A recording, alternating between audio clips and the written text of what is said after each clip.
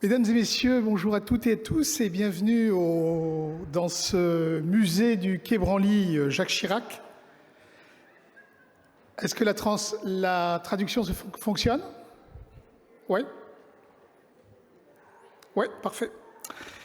Soyez les bienvenus au musée du Quai Branly Jacques Chirac. Nous sommes ravis de vous accueillir dans ce beau théâtre Claude Lévi-Strauss, qui est un des lieux de la pensée, où la pensée vit et se déploie dans ce musée. Les voix des intervenants à ce colloque sont plus attendues que la mienne, c'est pourquoi je serai bref. Je voudrais simplement vous souhaiter la bienvenue et vous dire que nous sommes extrêmement heureux de vous recevoir pour cette nouvelle édition de Black Portraitures, 10 ans après l'édition originelle qui s'est tenue ici même en janvier 2013. L'événement nous oblige à nous retourner sur nos pratiques muséales pour évaluer dans quelle mesure le musée a contribué durant ces 10 ans à mieux faire entendre les voix africaines et celles des diasporas, dans quelle mesure il a accordé aux idées, aux images, aux œuvres la place qui leur est due. Je ne me livrerai à aucun satisfecit, cela va de soi, mais permettez-moi de vous dire en quelques mots ce qui a été fait. Il me semble que nous avons malgré tout progressé, même si le chemin est long et les paradigmes muséologiques se transforment et sont dans un sens beaucoup plus horizontaux, me semble-t-il, et collaboratifs. La pluralité des voix, leur souveraineté se font aujourd'hui plus nettes. Je me place ici sur le terrain de la recherche, sur le terrain des collaborations scientifiques menées autour des œuvres, des savoirs, des histoires partagées. Ce n'est pas forcément la part la plus visible que donne à voir ce musée de notre travail. Pour autant, notre offre publique s'en trouve, elle aussi, changée peu à peu. J'espère que le visiteur de 2023 a le sentiment de se rendre dans un musée plus ouvert, plus inclusif qu'il ne l'était auparavant. C'est en tout cas notre volonté profonde et nous nous donnons les moyens de le faire de mieux en mieux. Si vous me le permettez, je prendrai quelques exemples de réalisations qui me paraissent symptomatiques de ce mouvement, dans le sens où elles témoignent d'un rééquilibrage des perspectives sur le plan des représentations et des consciences. Je pense en premier lieu aux efforts importants que nous engageons pour promouvoir la scène photographique africaine contemporaine, sous l'initiative clairvoyante de Christine Barthes, qui est la responsable de notre unité patrimoniale photographie ici au musée. Les personnes qui étaient présentes parmi vous, peut-être en 2013, s'en souviennent. La première édition de Black Portraitures avait accueilli 2 immenses photographes, Okai Ojai-Kere et James Barnor. Les 2 avaient participé à la même table ronde sur la scène, ici même, et leur rencontre inédite avait été très inspirante pour nous au musée. Elle a été un jalon important de notre politique d'acquisition d'œuvres, grâce à laquelle des œuvres photographiques de photographes africains ou d'origine africaine sont, il me semble, de mieux en mieux représentées dans nos collections et donc dans les collections nationales françaises.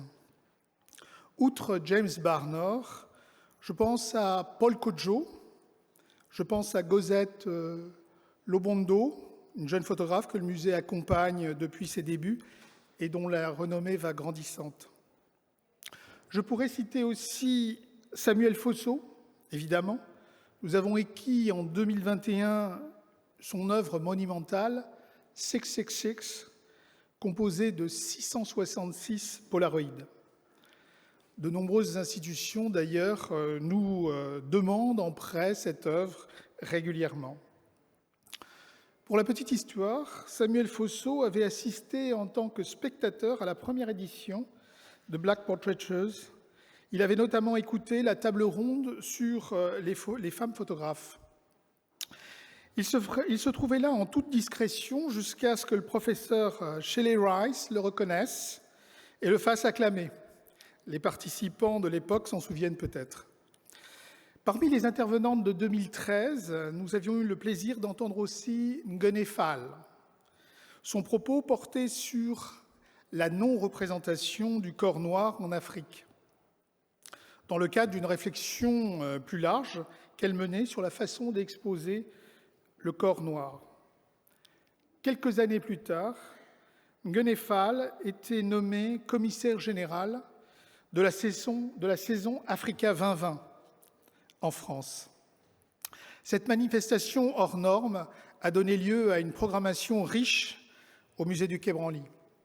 Je ne retiendrai que le sommet de septembre qui s'est tenu fin février 2021 en raison de la pandémie. Durant 3 jours, des conférences, des tables rondes, des sessions musicales ont permis à des artistes et à des chercheurs de premier plan de nourrir les Black Studies dans le domaine de la pensée critique, de l'architecture et de l'art. Autre écho, autre correspondance qui prend un sens particulier lorsqu'on se retourne sur les 10 dernières années. La première édition de Black Portraitures comptait Anne Lafont au nombre des intervenantes. Depuis 2 saisons maintenant, l'historienne de l'art et coprogrammatrice de l'Université populaire au musée est une intervenante régulière.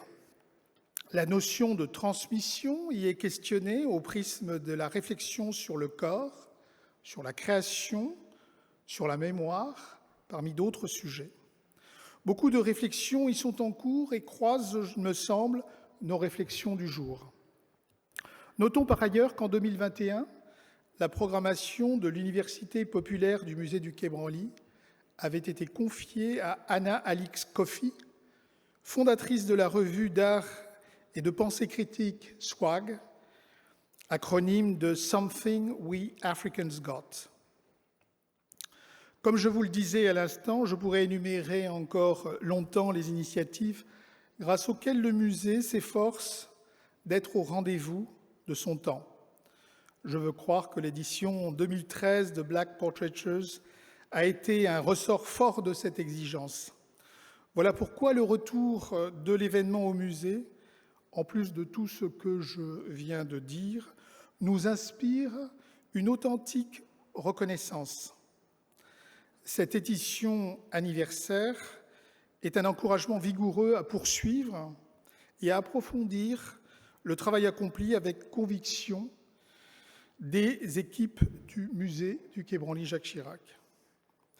Je voudrais vivement et chaleureusement remercier la New York University de nous offrir une telle opportunité.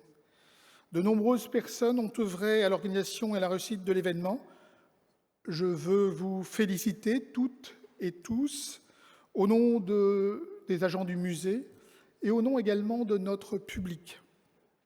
Des salutations plus particulières vont à Deborah Willis, professeure au département de photographie et d'imagerie de la New York University, ainsi qu'à Cheryl Finlay, professeure d'histoire de l'art au Spelman College d'Atlanta. Votre expérience et votre professionnalisme, votre enthousiasme ont été décisifs pour la bonne organisation de l'événement. Un grand merci à vous deux et un grand bravo. Je veux également remercier les membres de l'équipe scientifique d'organisation. Votre concours a été essentiel. Merci enfin à Anna Gianotti-Laban qui coordonne les manifestations scientifiques du musée. Mais je ne monopoliserai pas plus longtemps la parole. Il nous tarde tous d'entrer dans le vif du sujet qui nous réunit aujourd'hui. Merci de votre attention et très bonne journée à toutes et à tous.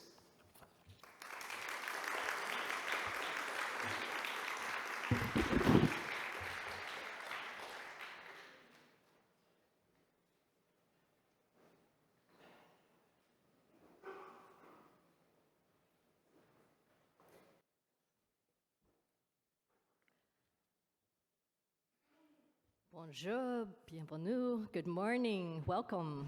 Bonjour. How are we today? Comment ça va aujourd'hui? Yes, good morning. Bonjour. My name is Alison Green. I'm the Je Dean of m'appelle the Alison Tisch School of the Arts at Green, NYU, je suis and directrice it is de my la great Tisch School pleasure of to the Arts à welcome NYU so et many c'est un grand esteemed plaisir de arts vous accueillir scholars and ici colleagues for the aujourd'hui, 10th autant anniversary of d'éminents Black artistes, Portraiture. chercheurs et This collègues gathering pour cette sits at the 10e nexus of édition de investigation, Black Portraitures. reflection, Nous sommes à la each year croisée offering de insightful la recherche et de insights la on réflexion et emerging à art chaque and fois culture. nous partageons des conclusions qui How many of you font were with us avancer yesterday? le sujet de la diaspora. Yeah. Combien parmi vous I étaient thought avec nous hier? yesterday was an inspiration and a marvel. Pour Do you moi, agree? l'événement a été extrêmement inspirant et vraiment merveilleux, n'est-ce pas? Vraiment des histoires, des conversations que nous avons entamées et que je pense nous allons continuer en ce lieu absolument magnifique. Hier, nous avons remercié par acclamation la remarquable Deborah Willis et nous allons le refaire ce matin. En 2019, sous le pilotage de notre collègue, nous avons donc développé Black Portraitures et nous avons réfléchi à la façon dont les arts visuels nous aident à réimaginer et à raconter les histoires. Je suis très heureuse d'être présente aujourd'hui. Je souhaiterais remercier Cheryl Findlay. Où es-tu, Cheryl? Pouvons-nous l'acclamer aussi, s'il vous plaît?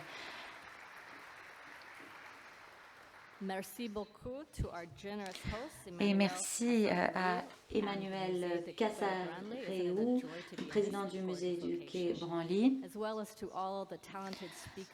ainsi qu'à tous les intervenants, les animateurs qui vont participer aux échanges d'aujourd'hui. Merci de nous donner de votre temps et de partager vos connaissances. Je souhaiterais aussi acclamer Nikki Kekos, Jordan Cruz et Terence pour leur travail d'organisation. Je crois qu'ils ne se sont pas assis une seule fois hier. Ils couraient partout pour assurer que tout se passe bien et ça a été le cas.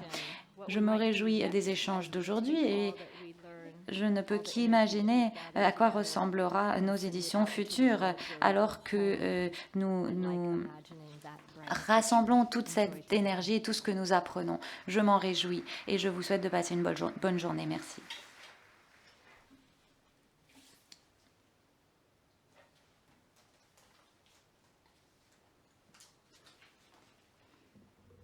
Bonjour. Good morning. I hope everyone is doing Bonjour, well. j'espère que tout le Is monde va everyone bien. doing well?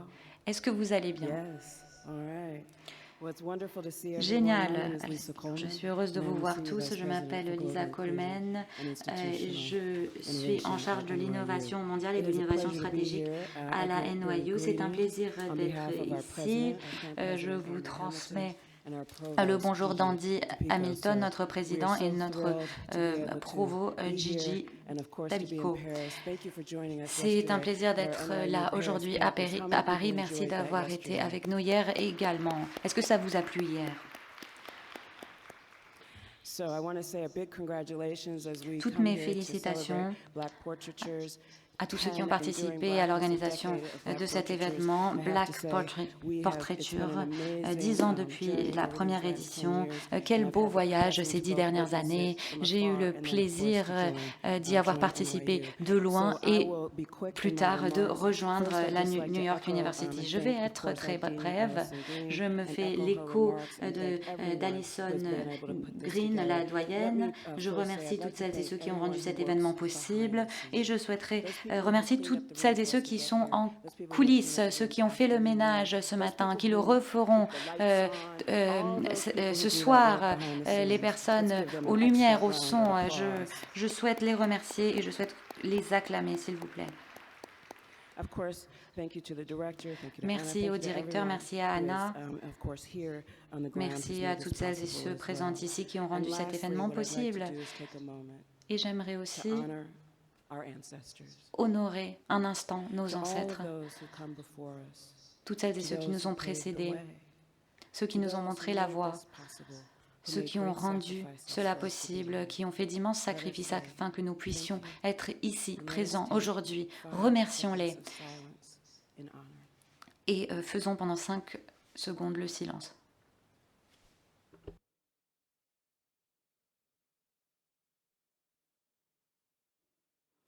Thank you. Merci. I look forward to Black Portraitures 20. Je me réjouis I'm de looking at la you, Deb. 20e So, édition thank you à very much. venir And now we can de bring Deb Black Willis Portraitures. and give her Merci. another round of Et nous applause. allons donner la parole à Deb Willis. Et vous pouvez Our l'applaudir. remarkable Deb. Thank you. L'extraordinaire Deb Willis.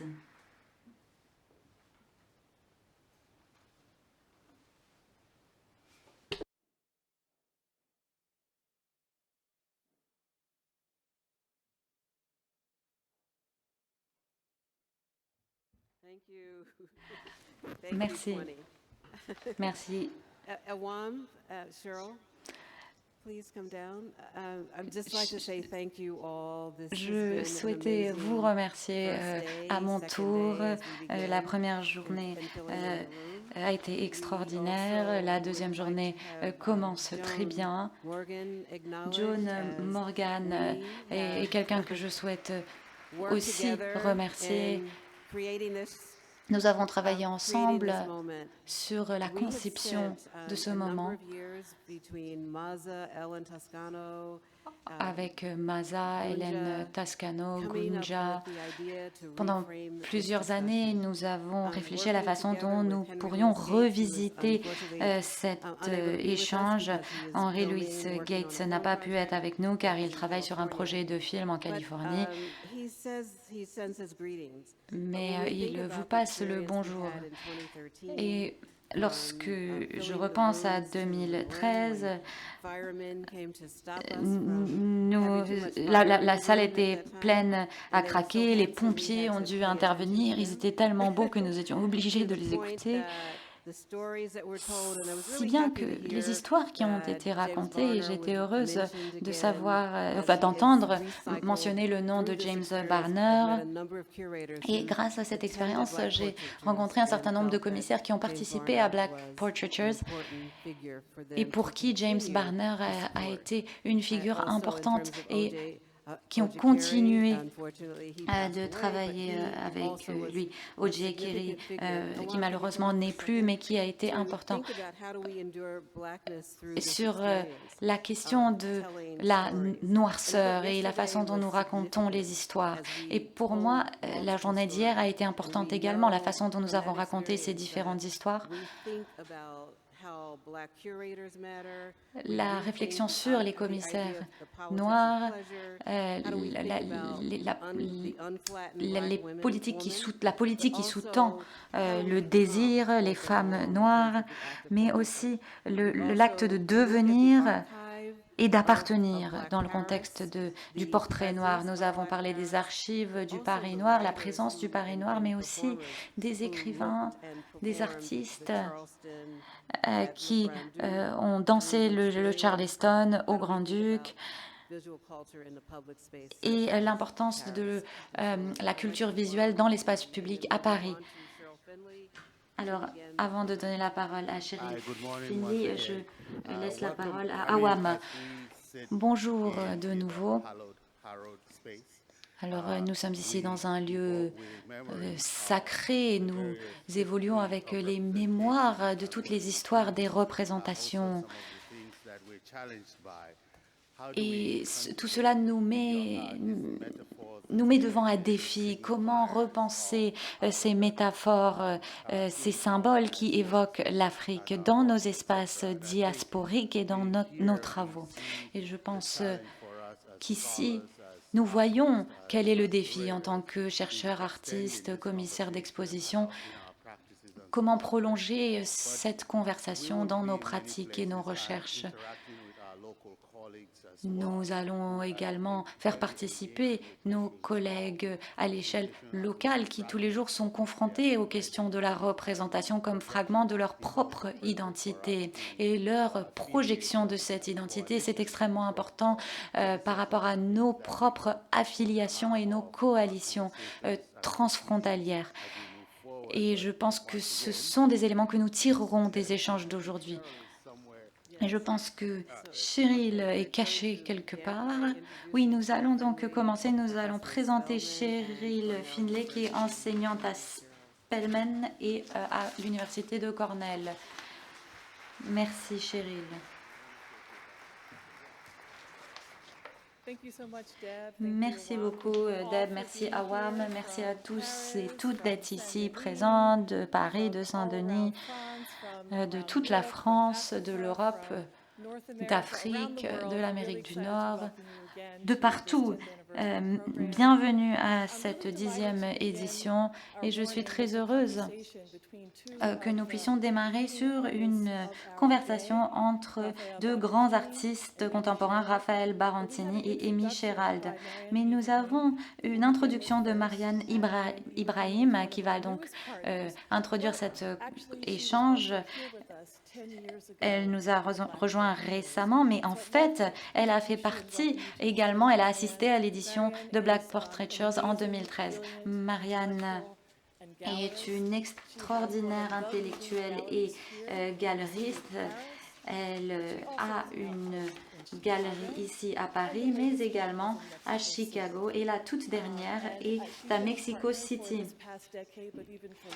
Et elle a participé à l'organisation de cet événement. C'est une amie d'artiste, une amie de Black Portraiture.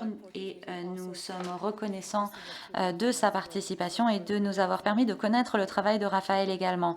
Nous sommes très heureux que vous soyez parmi nous. Je vous invite à prendre la parole.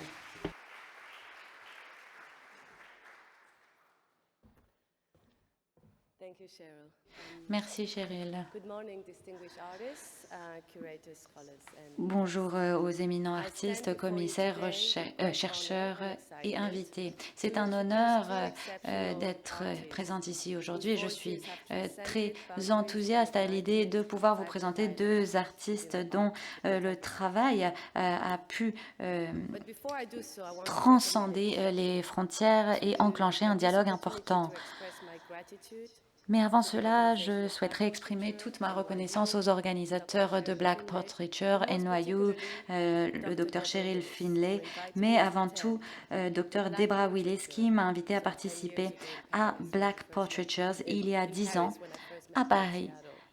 Je l'avais rencontré à Seattle lors de son exposition. À ce moment-là, je venais d'ouvrir ma première galerie à Seattle en 2012. Un an plus tard, j'avais pour mission de promouvoir le travail des artistes africains contemporains. À l'époque, le mouvement Black Lives Matter n'avait pas encore eu lieu, un mouvement qui a été fondamental. La question d'inclusivité des artistes noirs dans les galeries se posait beaucoup moins. Et c'est seulement quand je suis revenue à Paris que je me suis rendu compte que j'allais faire partie de quelque chose de beaucoup plus grand. Et c'est ce qui a façonné ma compréhension du monde de l'art. Don't you know, talking about a revolution. Et en fait, ce murmure de la révolution est devenu de plus en plus fort. Et pour ceux qui pensent qu'il s'agit que d'une tendance éphémère, eh bien, je vous assure que ce n'est pas le cas. C'est une force qui se transmettra d'une génération à l'autre. Je me fais l'écho du président, M. Casareu, des remarques qu'il a faites, et j'espère que dans les 10 ans qui viennent, nous allons voir l'avènement des nouveaux galeristes, artistes et des figures de ce domaine qui remettent en question les normes sociétales et font avancer le dialogue bien au-delà bien au-delà de la toile ou d'une galerie. Raphaël, Amy, vous-même incarnez cet esprit. Vous employez votre perspective unique pour mettre en lumière notre expérience noire partagée. Amy Sherald, née à Columbus en Géorgie, a captivé le public de par le monde avec ses portraits interpellants. Son travail a été reconnu pour sa capacité à amplifier les voix de celles et ceux qui ont été sous-représentés dans l'histoire, les présentant dans la dignité et la grâce, en utilisant une palette unique et sur fond monochrome. Elle travaille de façon à raviver le plaisir et la joie du quotidien. Elle est connue pour son portrait de la première dame Michelle Obama en 2018 et son portrait de Breonna Taylor qui a été victime de violences policières. Elle met en scène une sorte de puissance silencieuse et remet en question l'esthétique traditionnelle. Elle a pu exposer au sein du Whitney Museum of American Art, le Los Angeles County Museum of Art, le Museum of Fine Arts à Boston et le National Fine Arts Museum. Nous avons aussi l'artiste franco-caribéen Rafael Barantini que je connais bien, avec qui je connais de près, qui travaille avec des installations et des aspects performatifs. Il est né à Saint-Denis, il a fait les Beaux-Arts à Paris et son travail est le miroir de son parcours multiculturel et fait vivre ensemble la tradition et la modernité.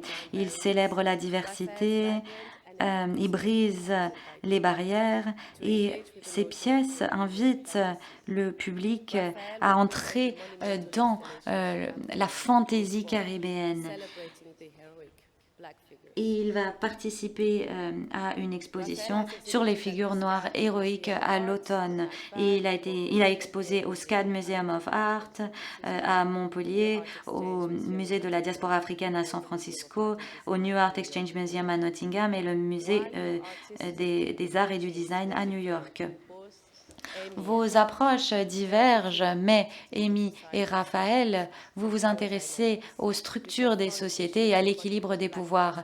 Vous confrontez plusieurs sujets concernant la représentation des Noirs, les préjugés et vous permettez d'engager un dialogue critique. Vous êtes conscient du pouvoir transformatif de l'art et sa capacité à remettre en question nos consciences collectives. Je vous invite donc à applaudir Amy Sherrold et Raphaël Barantini, donc échange qui sera animé par Cheryl Finlay.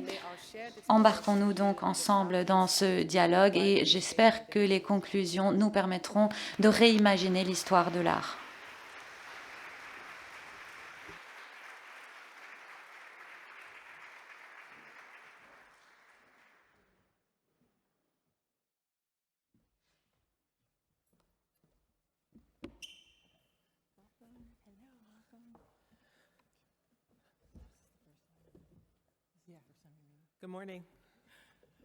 Bonjour, bonjour à toutes et à tous. Nous sommes ravis de pouvoir participer à cet échange et avant tout, merci Marianne de cette sublime introduction. Merci d'avoir donné le là. Je souhaitais dire avant tout, et je pense que cela va nous aider à faire connaissance. C'est la première fois que Amy et Raphaël se rencontrent, donc c'est extrêmement enthousiasmant. Donc il s'agit vraiment d'un changement de paradigme que nous cherchons à mettre en place, mais aussi réfléchir à l'histoire de l'art. Et je souhaiterais commencer par briser la glace. Et donc je vais vous poser des questions. La première sera très simple. À quel moment avez-vous su que vous souhaitiez être artiste? Et comment est-ce que vos familles et vos communautés vous ont-elles aidé à vous y préparer? Encore une fois, bonjour et merci beaucoup à Marianne pour cette très belle introduction. Raphaël, je suis très honorée d'être ici sur scène avec vous et Cheryl aussi, évidemment.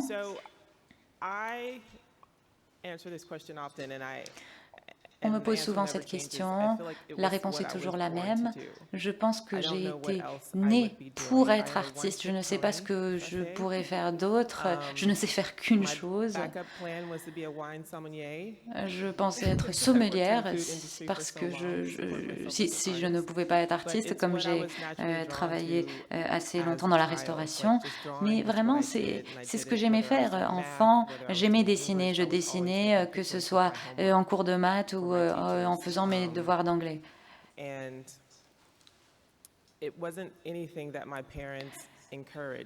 Mes parents ne m'encourageaient pas. Mes parents étaient nés pendant les années 30. Il n'y avait pas vraiment d'exemple. On ne voyait pas très bien à quoi pourrait ressembler ma vie si j'étais artiste. Mon père était dentiste, les femmes de ma famille étaient enseignantes. Et donc, en fait, pour mes parents, c'était un cauchemar que de savoir que je souhaitais être artiste. En même temps, ma mère m'a fait suivre des cours d'art depuis la maternelle. Donc, bon, je n'allais pas forcément être neurologue. Mais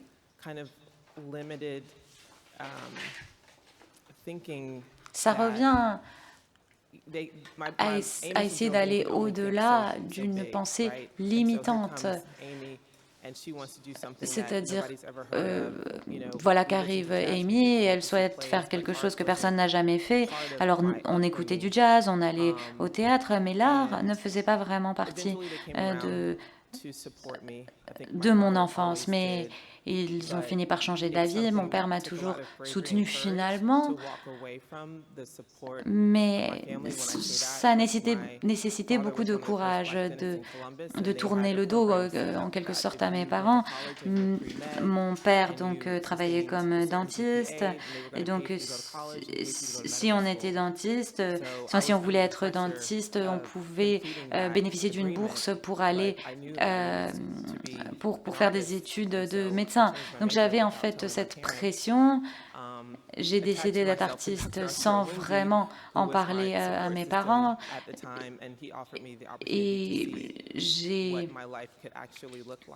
été très proche d'un prof qui a pu me montrer à quoi pourrait ressembler cet avenir. Donc c'était une grande décision. Le parcours a été très long. Je suis très heureuse d'être ici aujourd'hui. Et nous aussi, Raphaël? Merci encore une fois de m'avoir invité et merci à Marianne pour cette introduction.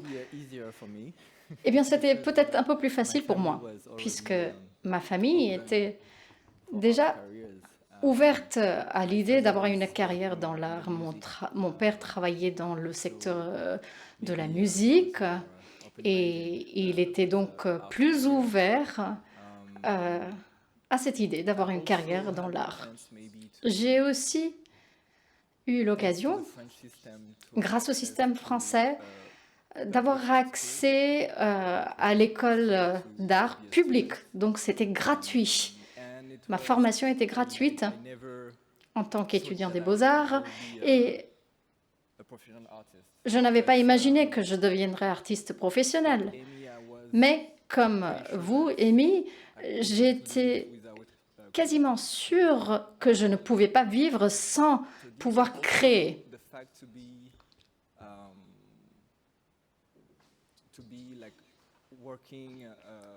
Et puis, le fait de travailler. J'ai été commerciale pendant 15 ans quand je faisais l'école des beaux-arts et une fois que j'ai eu le diplôme, j'ai commencé à travailler dans mon propre atelier et je travaillais en même temps pour pouvoir payer mes factures.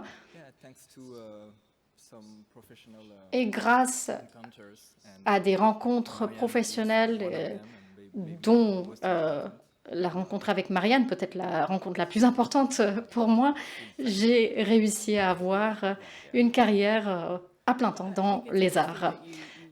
C'est intéressant que vous ayez montré qu'en fait, vous avez eu des emplois différents alors que vous façonniez votre carrière. Vous avez été commercial, Raphaël, et on sait que les artistes sont toujours des innovateurs. Vous avez cette capacité à transitionner, à partager vos idées nouvelles avec les Marianne Ibrahim du monde, avec les étudiants, avec les commissaires, etc. J'aimerais vous demander de nous parler de l'endroit où vous avez grandi et comment cet environnement alimente votre travail aujourd'hui. Les thématiques que vous explorez, les médias, les supports que vous utilisez et les principes en tant qu'artiste que vous souhaitez aborder. Et quelles sont vos priorités? Raphaël, est-ce que vous voulez bien commencer? Moi, j'ai grandi dans une banlieue au nord de Paris, dans une ville qui s'appelle Saint-Denis. Il y a le stade où peut se représenter, se produire Beyoncé. C'est une ville très importante pour moi. J'ai grandi dans une famille métisse et Saint-Denis est une ville remplie de la classe moyenne, de classe ouvrière. Il y a différentes couches d'immigration qu'on trouve avec une diaspora africaine très importante. Et quand j'ai eu le diplôme, pour moi, c'était une certitude de devoir installer mon atelier à Saint-Denis.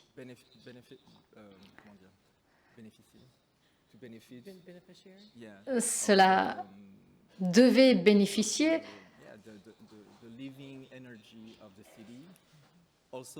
de l'énergie très vivante de la ville et de toutes ces différentes cultures. Il y a 120 nationalités différentes dans cette ville. Il était donc important pour moi, en tant qu'artiste, de vivre dans ce type d'environnement. Et si vous regardez mon travail qui s'affiche à l'écran en ce moment, je suis très intéressée par l'idée de collage. C'est un élément important dans mon travail. Et Saint-Denis, pour moi, est un très grand collage, puisque il y a tellement de différentes couches d'histoire. Et s'il y a une diaspora africaine très importante dans cette ville, c'est aussi grâce à l'histoire française, l'histoire de la France, l'histoire de la colonisation. Et donc, c'est une sorte de laboratoire pour moi. Et pour moi, il était intéressant de voir comment Saint-Denis pouvait montrer la transformation de la France également. La transformation de la France en un pays très riche qui s'enrichit avec tous ces éléments culturels très différents. Oui, la transformation, exact. Moi, j'ai grandi à Columbus, dans l'État de Géorgie, dans la Bible Belt, le sud profond. C'est une région qui a sa propre langue, sa propre culture, je dirais, et sa propre manière d'être. Mon monde était très noir et blanc. Pour vous donner un exemple, j'ai été présidente du club d'espagnol dans mon lycée. Tout était noir et blanc dans mon monde. J'ai grandi, j'étais dans des écoles majoritairement blanches. Et il y avait une sorte de performance dans ma vie quand il s'agit de mon enfance, puisqu'en fait, il fallait tout le temps me mettre en scène. J'étais obligée de le faire, notamment quand j'étais dans des écoles majoritairement blanches. Et quand je suis revenue en tant qu'adulte à Columbus, après mon diplôme, j'ai eu l'occasion d'étudier cet environnement avec ce prisme scolaire, avec ce prisme universitaire que j'avais donc grâce à mon éducation. Et j'ai commencé à me poser des questions. Qui suis-je si je n'avais pas grandi ici, si Ma mère n'avait pas eu à avoir cette conversation avec moi quand elle m'a déposée à la maternelle, qui a ouvert ce prisme dans mon esprit qui n'avait pas été ouvert avant cette première journée de la maternelle, à savoir, tu dois te comporter de telle ou telle façon, tu dois faire ceci, eux, ils vont te regarder comme cela. Donc, en fait, c'était une sorte de conscience de soi qui n'était pas naturelle et que l'on ne demande pas aux gens blancs d'avoir. Si je n'avais pas eu cette expérience-là, à quoi ressemblerait ma vie? Qui serais-je sans avoir cette conscience très aiguë du soi, de ma race et de tout mon espace et comment cela change avec les différents endroits que je fréquente. Et donc, quand j'y suis retournée après l'université, je me suis posé toutes ces questions. Et mon travail est né grâce à la documentation de toutes ces expériences. J'ai dû naviguer toutes ces expériences pour me trouver au sein de toutes ces expériences. Alors, on m'a dit, on était chrétien, on doit prier au Jésus, c'est comme ça que l'on s'habille, c'est comme ça que l'on se comporte, voici les attentes familiales, etc. Donc, qui serais-je sans avoir toutes ces exigences?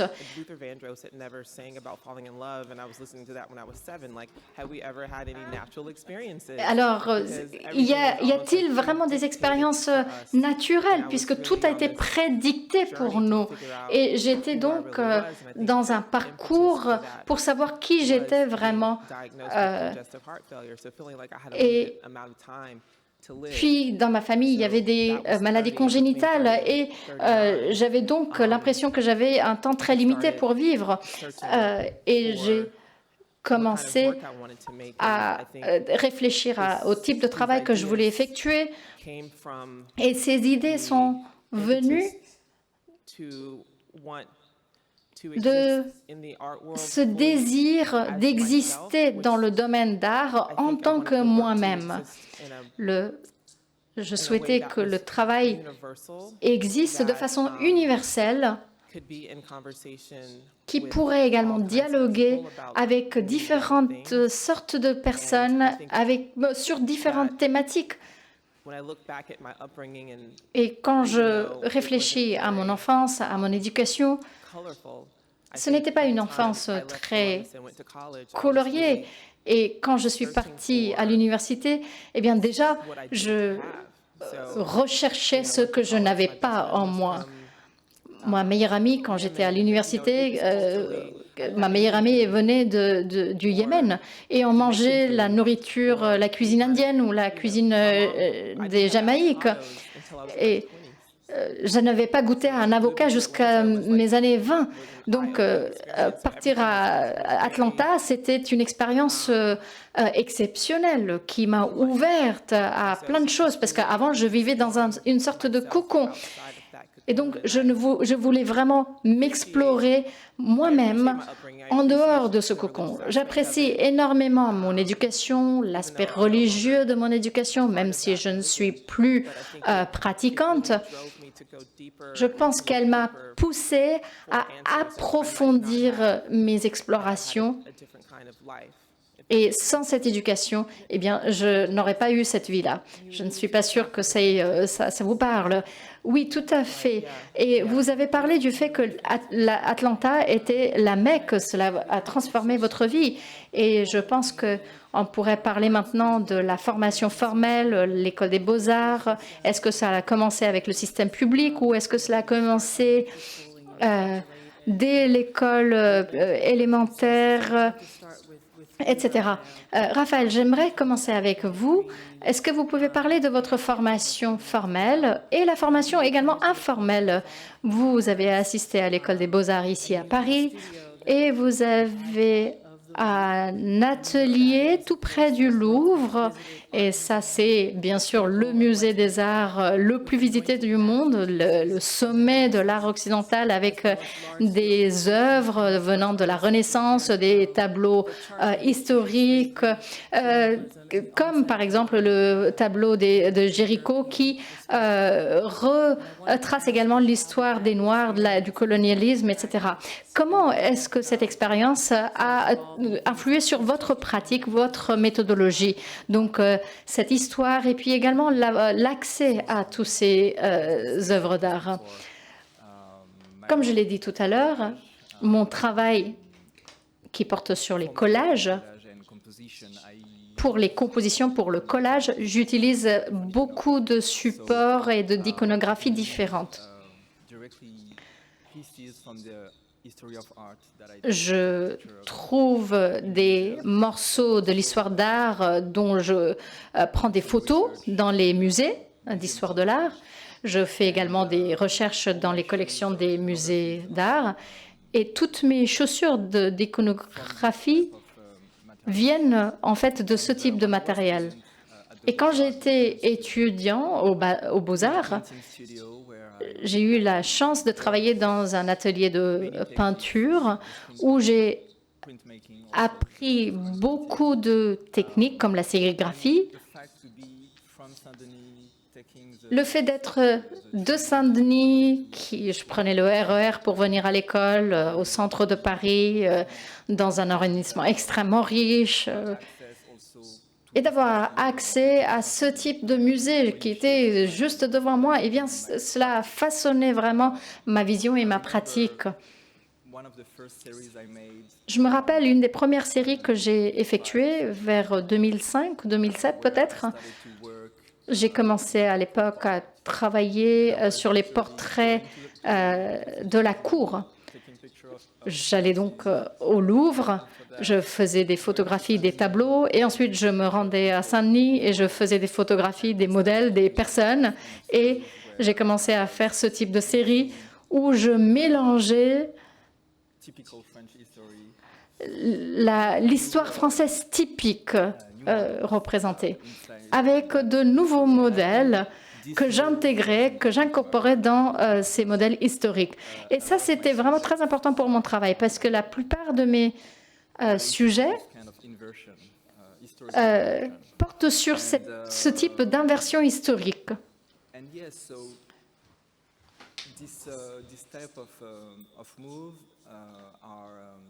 Donc, c'est un élément que je retrouve toujours dans ma pratique actuelle et quand j'ai des commandes spéciales, on peut le voir aussi. Et je pense que c'est vraiment en lien avec la culture des Caraïbes à laquelle j'ai eu accès en tant qu'enfant.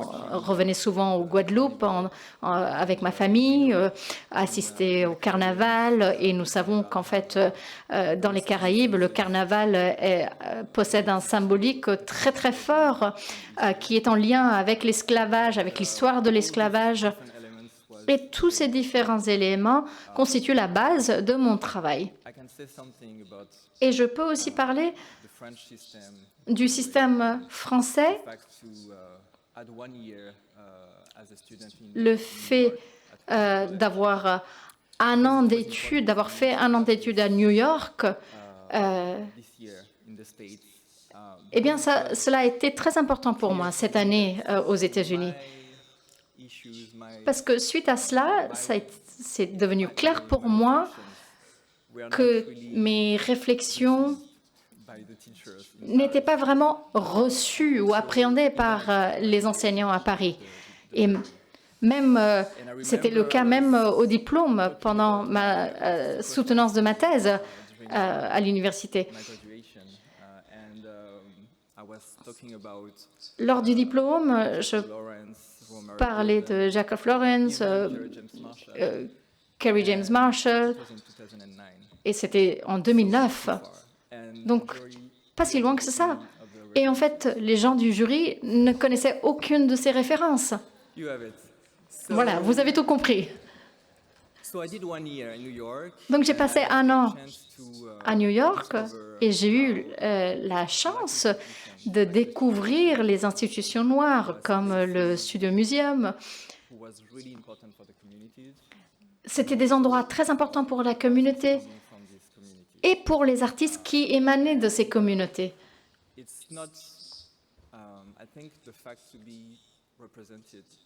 Le fait d'être représenté par une galeriste comme Marianne est aussi un élément important dans ma carrière, mais c'est un exemple également du fait que je devais me rendre aux États-Unis pour me trouver une femme noire pour représenter mon travail, même si elle est présente en France.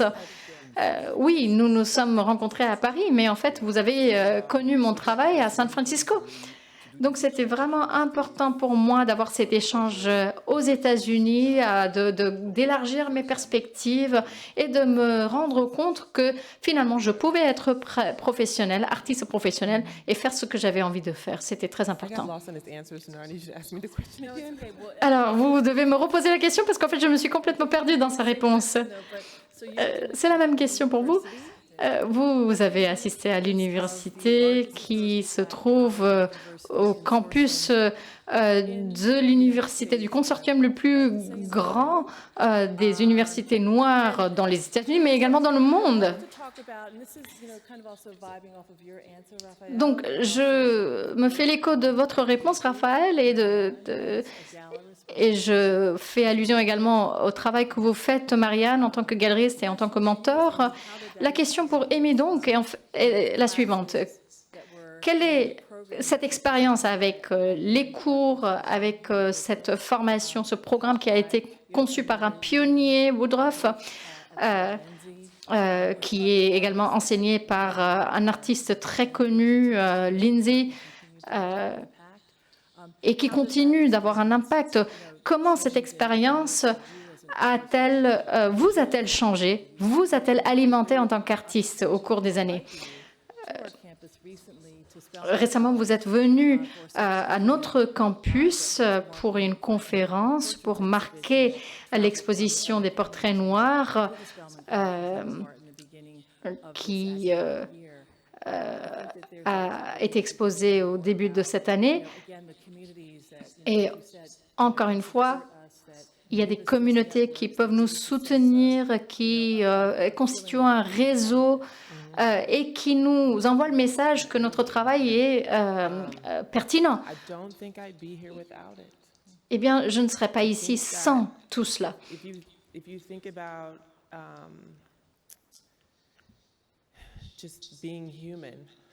Alors, quand on réfléchit à la question d'être humain, je pense à John Berger, qui est un écrivain dont les œuvres j'ai étudiées quand j'étais à l'université. Le livre s'appelle Ways of Scenes et il parle de l'observateur. Son exemple portait sur les femmes, mais je pense que cela s'applique à tout le monde. En tant que femme, vous allez dans un restaurant, vous allez à la salle aux toilettes, et en fait, vous avez l'impression, vous avez conscience du fait que tout le monde vous regarde. Et ça, c'est une expérience qui sort de vous-même, qui est à l'extérieur de vous-même. Et faire de l'art, c'est un peu comme cela. Depuis la maternelle jusqu'au lycée, sauf quand j'étais dans des espaces avec ma famille ou avec mes meilleurs amis, donc des espaces noirs, eh bien, je me suis toujours retrouvée en dehors de moi-même, en dehors de mon corps.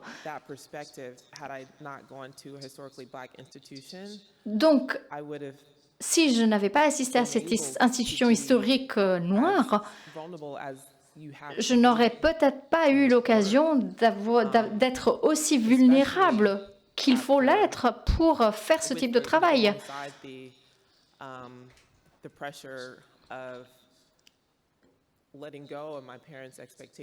Et il fallait également me défaire de la pression parentale.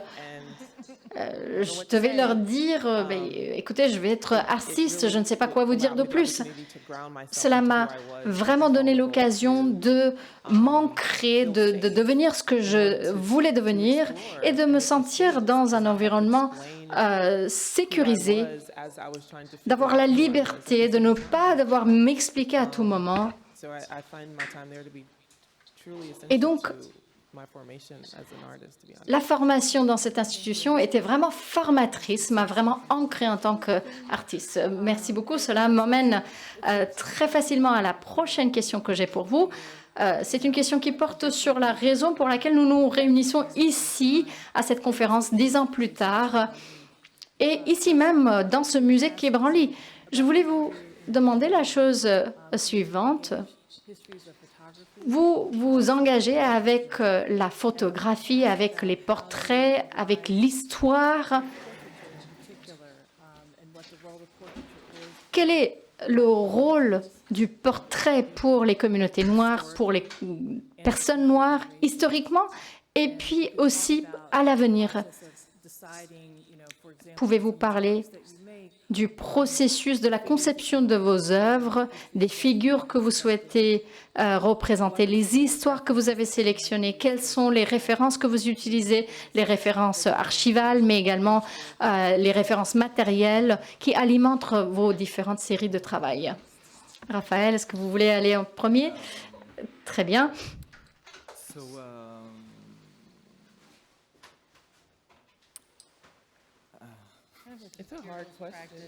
C'est une question très difficile.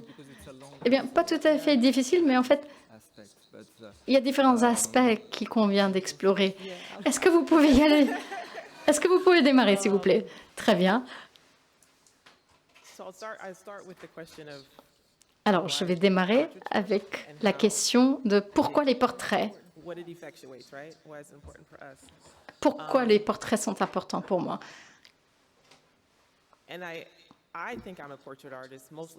Moi, je pense que je suis une artiste de portrait, qui fait des portraits.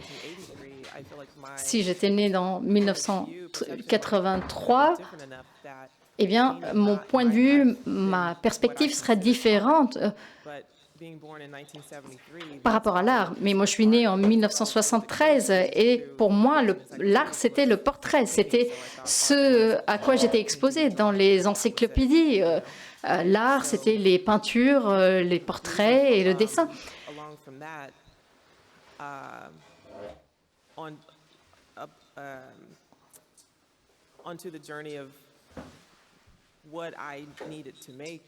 Donc,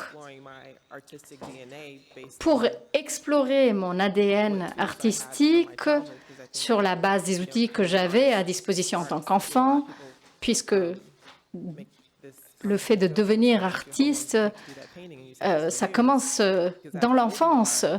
Souvent, on nous demande combien de temps cela vous a pris pour effectuer tel ou tel tableau. On dit 50 ans puisque c'est votre âge finalement. Cela vous aura pris toute votre vie. Donc, pour me représenter de façon authentique,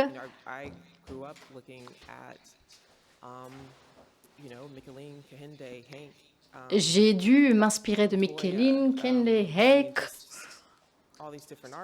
tous ces artistes différents que je connaissais dès l'enfance. Et en fait, je m'imagine avec eux, ici même dans cette salle, dans 10 ans.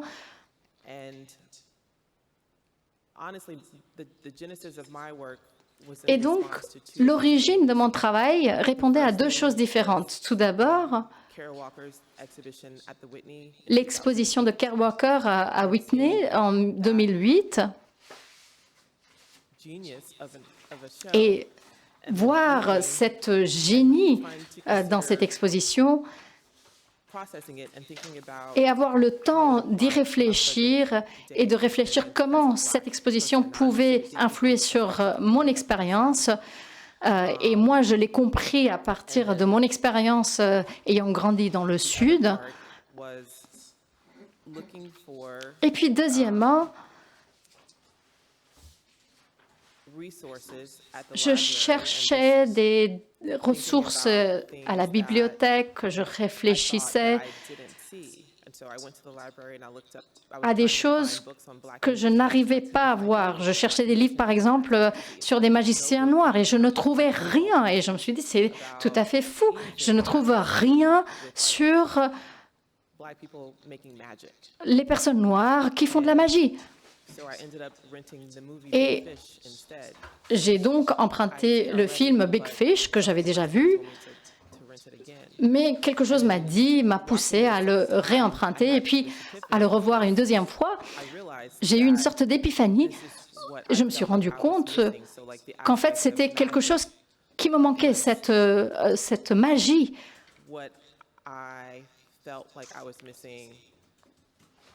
Je cherchais à introduire la magie.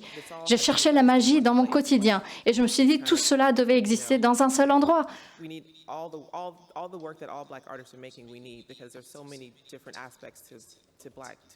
Les artistes noirs incorporent différents éléments de l'identité noire, de leur expérience noire, etc., dans leur œuvre. Mais pour moi, c'était important d'avoir un équilibre. Et à l'époque, cet équilibre rimait avec des représentations de moi en tant que moi. Donc, voir Big Fish et entendre toutes ces histoires que raconte ce père pour son fils, ce père qui est mourant et qui raconte à son fils différentes histoires. Et toutes ces histoires sont exagérées. C'était des histoires de l'alliance de ta mère qui se perd dans un fleuve et qui est ensuite avalée par un poisson. Et puis ensuite une autre histoire d'un accident pendant la guerre mondiale. Et puis une troisième histoire avec une très belle femme qui danse sur une scène, etc. Et le fils cherche vraiment la vérité sur la vie de son père. Et puis le père meurt. Et puis ensuite tous ces personnages finalement viennent à l'enterrement. Et donc, ces personnages ont réellement existé. Et cette femme à deux têtes était finalement, c'était deux jumelles. Et dans le film, quand je regardais le film, j'avais un peu le regret de ne pas avoir cet élément de fantaisie dans ma vie. Et je désirais la liberté de m'imaginer en dehors de cette identité très rigide, publique, qui nous codifie. Et je cherchais à pousser ces frontières et je voulais respirer. Et ça, c'était en 2009. Et aujourd'hui, quand on parle de la respiration, ça prend toute une ampleur différente. Donc, la recherche de la liberté, de la magie, et chercher des réflexions, comprendre le pouvoir et le privilège d'avoir l'occasion d'aller dans mon atelier tous les jours en tant qu'artiste noire, en tant qu'artiste femme, en tant qu'artiste américaine, selon le jour. Et qu'est-ce qui doit être dit ce jour-là? Et de faire ce type de travail, tout ce qui est absent finalement dans le récit d'un artiste. Et il y a une comparaison à la figuration et l'abstraction, et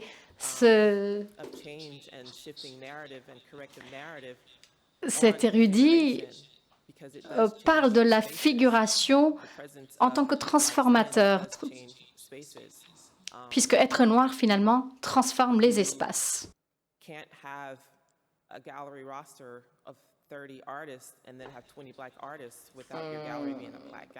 On ne peut pas avoir dans son portefeuille d'artistes, de 30 artistes, une vingtaine d'artistes noirs sans être considéré comme une galerie qui promeut des artistes noirs. Moi, je ne voulais pas nécessairement m'impliquer dans la politique de l'identité, je voulais prendre en compte l'humanité dans son ensemble, et c'est ça qui a véritablement été la jeunesse de ma pratique.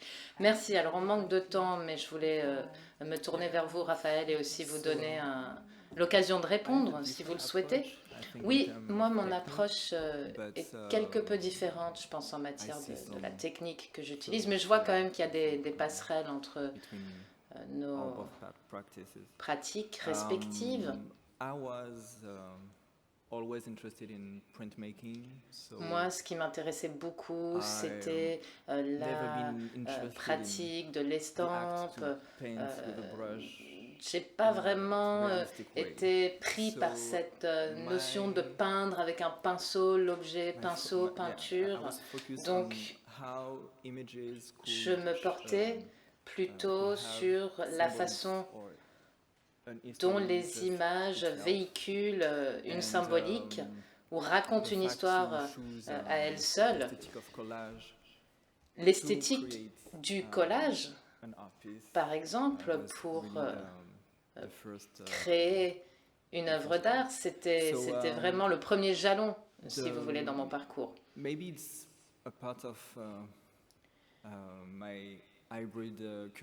C'est peut-être lié à ma culture qui est double, qui est hybride. Je viens de plusieurs pays. Mais pour moi, c'était essentiel d'utiliser différentes techniques, de puiser à différentes sources dans ma production artistique. Et justement, l'idée de travailler couche par couche, ça vient de ça. Moi, c'est comme ça que je construis mon œuvre. Je commence par faire de la recherche. Je travaille de manière assez approfondie sur la question de l'iconographie.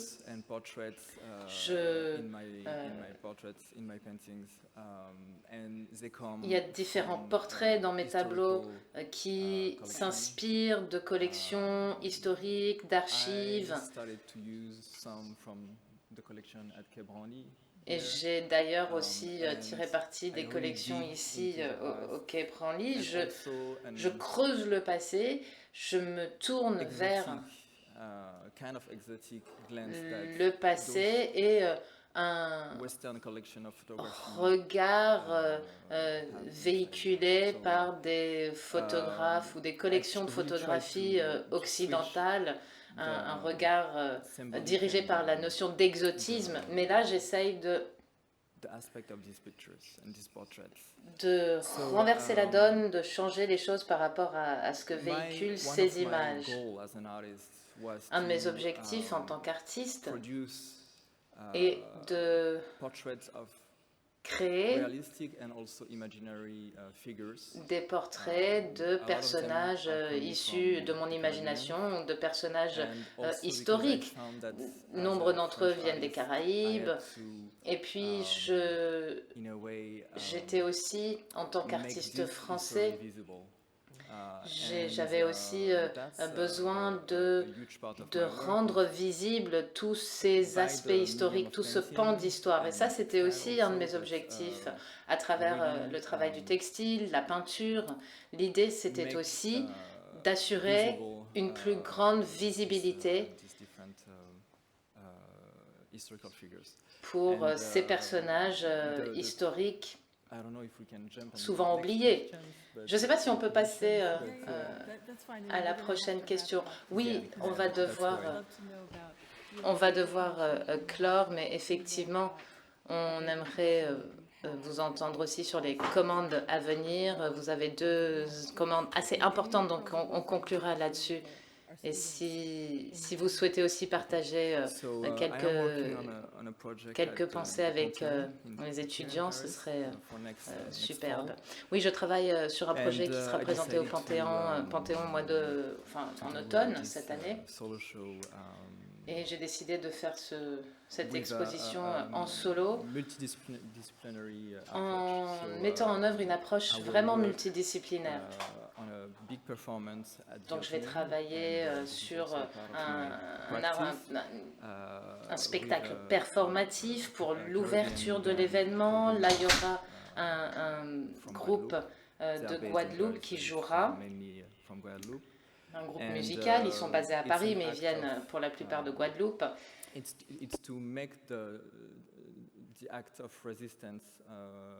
Tout ça,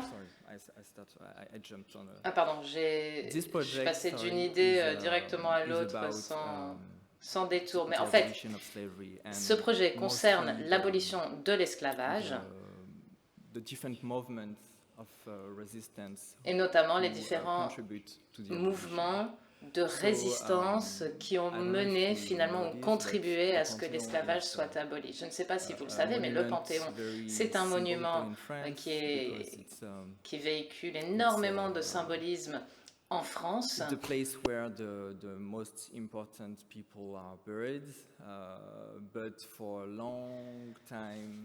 Le lieu d'enterrement de personnages historiques, de grandes figures de la nation, mais pendant très longtemps, c'était des personnes qui étaient consacrées, qui étaient des hommes, pour la plupart blancs. Et lorsqu'on m'a demandé de faire cette œuvre, je voulais vraiment célébrer les mouvements de résistance qui ont mené à l'abolition de l'esclavage, notamment aux Antilles. Et donc, j'ai puisé dans tout l'imaginaire autour de ces figures de résistance, de Haïti, de Guadeloupe, de Martinique, entre autres, d'autres îles aussi, des Antilles, des Caraïbes. Voilà, je ne sais pas si j'ai autre chose à rajouter là-dessus. Je pense qu'on manque vraiment de temps, en fait, donc on va peut-être s'arrêter là. Amy, est-ce que vous avez un travail en cours, quelques perles de votre sagesse, des perles de sagesse pour mes étudiants, étudiantes? Eh bien, rendez-vous compte qu'il y a beaucoup de ratés avant d'arriver à une œuvre réussie. Moi, j'ai vraiment beaucoup de choses que j'ai mises de côté. Restez sur votre chemin, ne vous laissez pas perturber, vous êtes dans votre temps, donc avancez à votre rythme également. Merci.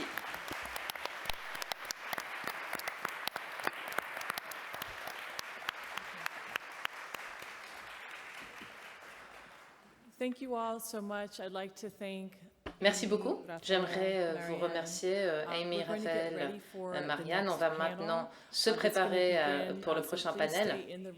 Je vous demanderai de rester en salle et on ne va pas faire la pause café tout de suite parce qu'on est un peu en retard. Donc le deuxième panel qui est censé commencer à 10h50, être et devenir, l'acte de faire des portraits. Puis il y a aussi un panel qui se tiendra ou qui se tient dans la salle de cinéma sur les écrivains de la diaspora. Alors j'ai quelques éléments à apporter pour compléter. On va tenter de faire une petite pause café, en fait une pause de 5 minutes pour vous dégourdir les jambes. La salle de cinéma, il faut sortir de cet auditorium. Vous pouvez demander votre chemin au personnel qui est dans le musée. Merci beaucoup. 5 minutes de pause.